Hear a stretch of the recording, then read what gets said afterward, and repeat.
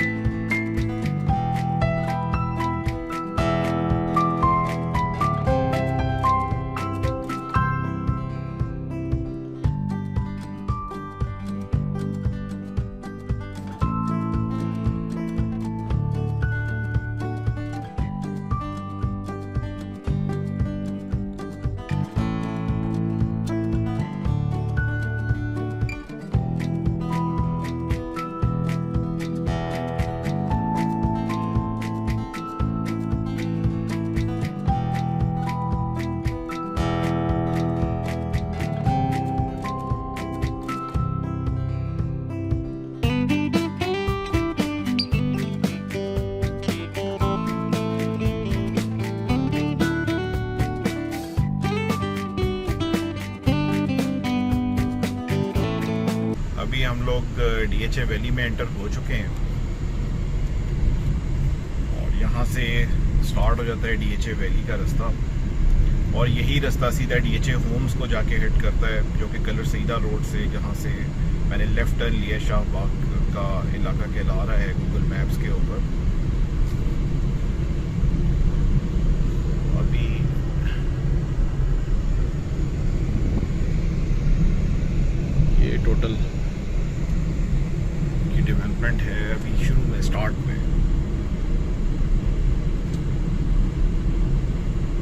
तरह जाएंगे तो फिर पता चलेगा।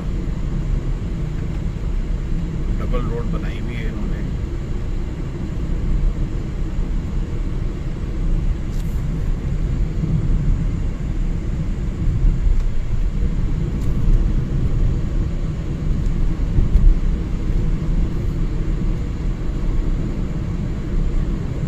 हमारे लेफ़्ट साइड के ऊपर जो है वो ओलिएंडर ब्लॉक है अकॉर्डिंग टू मैप। और जो सामने आपको दिखाई दे रहे हैं, मैं थोड़ा सा जूम करके आपको दिखाता हूँ, तो ये DHA होम्स स्टार्ट हो जाते हैं। आई थिंक ये डबल स्टोरी स्ट्रक्चर हैं और ये 8 मरला वाले हैं।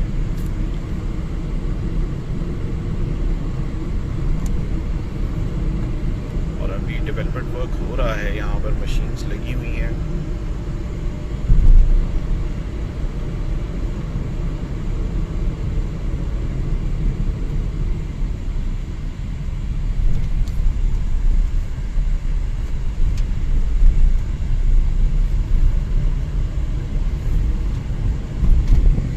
स्ट्रक्चर्स जो हैं अभी अंडर कंस्ट्रक्शन हैं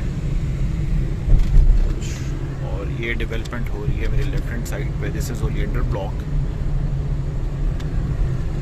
DHA वैली का अभी तक कोई सच फॉर्मल मैप नहीं है और जो पुराने मैप्स हैं वो कहते हैं कि जी डिस्कार्ड हो गए हुए हैं।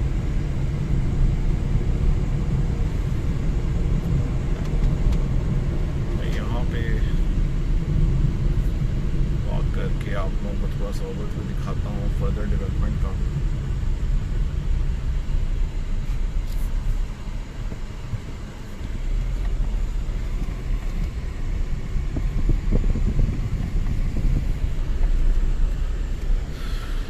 ये जी प्लॉट्स की डेवलपमेंट हुई हुई है, सामने ये डेवलप्ड प्लॉट्स हैं इनके। और ये पॉसिबली जो है ओलिएंडर ब्लॉक ही है। मेरे जो लेफ़्ट हैंड साइड पे जो एरिया है ये भी रास्ता इन्होंने बंद किया हुआ है। ये जो रास्ता इन्होंने ब्लॉक किया हुआ है फर्दर, और ये एक आगे सेम ये जो रास्ता ब्लॉक किया हुआ है ये डबल रोड आगे जा रही है और आगे भी फर्दर डेवलपमेंट वर्क जो है वो हो रहा है। अभी इस वक्त करेंटली यही एक रास्ता है DHA वैली का, इसकी रावलपिंडी से अप्रोच और डेवलपमेंट का एक शॉर्ट सा ट्रिप। इसके अलावा जो ब्लॉक्स हैं उनकी अप्रोच अभी कार्पेटेड नहीं है। अब मैं आपसे मज़ीद वैली की डिटेल्स को डिस्कस करता हूँ इसी वीडियो में, और कुछ आपके साथ जो है पिक्टोरियल फॉर्म में चीज़ें डिस्कस करता हूँ। जो मैप इस वक्त आप लोग स्क्रीन के ऊपर देख रहे हैं, ये मैप नेट के ऊपर इजीली अवेलेबल है। ये कलर सईदा रोड है सारी की सारी, और ये सारा DHA वैली है जो कि इतना बड़ा रीजन आप देख रहे हैं। और इस रोड के थ्रू हम वैली में एंटर हुए थे वाया ओलिएंडर ब्लॉक आप कह लें। जो शेडेड रीजन है इसके अंदर ये ऑरेंज कलर का, ये कहलाता है ओवरसीज़ ब्लॉक्स। ये 3 ब्लॉक्स ओवरसीज़ के हैं, जबकि रिमेनिंग जितने भी नॉन शेडेड पार्ट्स में हैं ये जनरल ब्लॉक कहलाते हैं। तमाम ब्लॉक्स के नाम जो हैं वो फूलों के नाम से हैं, जैसा कि ओवरसीज़ में है sunflower, Magnolia, bougainvillea. Likewise general category में है ट्यूलिप, रोज़, ब्लूबेल, डेजी, एग्लेंटाइन, सीनिया एट्सेट्रा। इन तमाम ब्लॉक्स को अगर आप मिला लें तो ये तकरीबन कुल मिला के 19 ब्लॉक्स बनते हैं, जिसमें रेजिडेंशियल और कमर्शियल प्लॉट्स हैं। अब चलते हैं आगे और मैं आपको फर्दर दिखाता हूँ कि इसमें क्या किस तरीके से उन्होंने इसको कैटेगराइज किया हुआ है। जो फर्स्ट कैटेगरी है वो है रेजिडेंशियल की, और जो दूसरी है वो है कमर्शियल की। रेजिडेंशियल में 2 साइजेस इन्होंने दिए हैं हमें, एक है 5 मरला, दूसरा है 8 मरला। 5 मरला रेजिडेंशियल जो प्लॉट है उसका जो विड्थ है प्लॉट की वो है 25 फीट्स और डेप्थ जो है वो है 45 फीट्स। अगर इन दोनों को आप मल्टीप्लाई करें तो ये तकरीबन बन जाता है 1125 स्क्वायर फीट्स, और अगर आप इसको यार्ड्स में कन्वर्ट करें तो ये बन जाता है 125 स्क्वायर यार्ड्स। लाइकवाइज अगर आप जनरल जो रेजिडेंशियल ब्लॉक्स के जो प्लॉट हैं उस पर 8 मरला का अगर आप साइज़ देखें तो जो प्लॉट की विड्थ है वो है 30 फीट्स और जो डेप्थ है वो है 60 फीट्स। इस दो मल्टीप्लाई करें विड्थ को और डेप्थ को तो ये बन जाता है 1800 स्क्वायर फीट्स। अगर आप इसको यार्ड्स में कन्वर्ट करें तो ये बन जाता है 200 स्क्वायर यार्ड्स। अब देखते हैं जी कमर्शियल में। तो कमर्शियल में भी दो साइजेस के प्लॉट्स अवेलेबल हैं वैली में। तो पहला है 4 मरले का। जो 4 मरले की जो विड्थ है प्लॉट की वो है 30 फीट्स और इसकी डेप्थ भी है 30 फीट्स। इन दोनों वैल्यूज़ को आप मल्टीप्लाई कर लें तो ये बन जाता है 900 स्क्वायर फीट्स। और अगर आप इसको यार्ड्स में कन्वर्ट करें तो ये बन जाएगा 100 स्क्वायर यार्ड्स। अब देखते हैं जी दूसरा साइज़ जो है इसमें वो है 8 मरले का। 8 मरले के जो प्लॉट की विड्थ है वो है 40 फीट्स और डेप्थ है 45 फीट्स। इन दोनों को आप मल्टीप्लाई करें तो ये बन जाता है 1800 स्क्वायर फीट्स। अगर आप इसको यार्ड्स में कन्वर्ट करें तो ये बन जाता है 200 स्क्वायर यार्ड्स। तो ये इसमें एक चीज़ कॉमन है कि रेजिडेंशियल में और कमर्शियल में के दोनों में 8-8 मरले के प्लॉट्स अवेलेबल हैं, लेकिन इन दोनों के साइज हैं। रेजिडेंशियल प्लॉट की जो विड्थ है वो कम है जबकि कमर्शियल प्लॉट की विड्थ ज़्यादा है। और जो रेजिडेंशियल प्लॉट की डेप्थ ज़्यादा है जबकि कमर्शियल प्लॉट की डेप्थ कम है। तो अब चलते हैं आगे।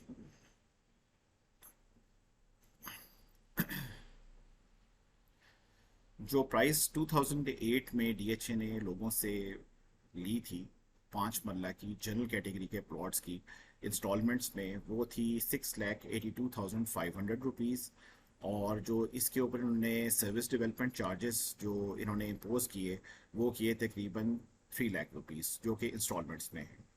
लाइकवाइज 5 मरला जो ओवरसीज़ ब्लॉक्स हैं उसकी जो टोटल प्राइस डॉलर्स में इन्होंने रिसीव की लोगों से वो थी $9,625। और इस पे जो सर्विस डेवलपमेंट चार्जेस जो इम्पोज किए वो किए $3,300। जो 8 मरला के जो प्लॉट्स हैं जनरल ब्लॉक्स के, उनकी जो टोटल प्राइस जो इंस्टॉलमेंट्स में इन्होंने रिसीव की वो है 9,15,500 रुपीज़। और इस पे जो सर्विस डेवलपमेंट चार्जेस इम्पोज किए वो किए 4,25,000 रुपीज़। लाइकवाइज ओवरसीज़ में इन्होंने दो तरह के इन्वेस्टमेंट प्लान्स जो हैं वो उस वक्त इशू किए। जो पहला प्लान है वो है $12,500 का और जो दूसरा प्लान था वो था $13,200 का। और इन दोनों के ऊपर एक ही तरह के सर्विस डेवलपमेंट चार्जेस उन्होंने इम्पोज किए, वो हैं $4,500।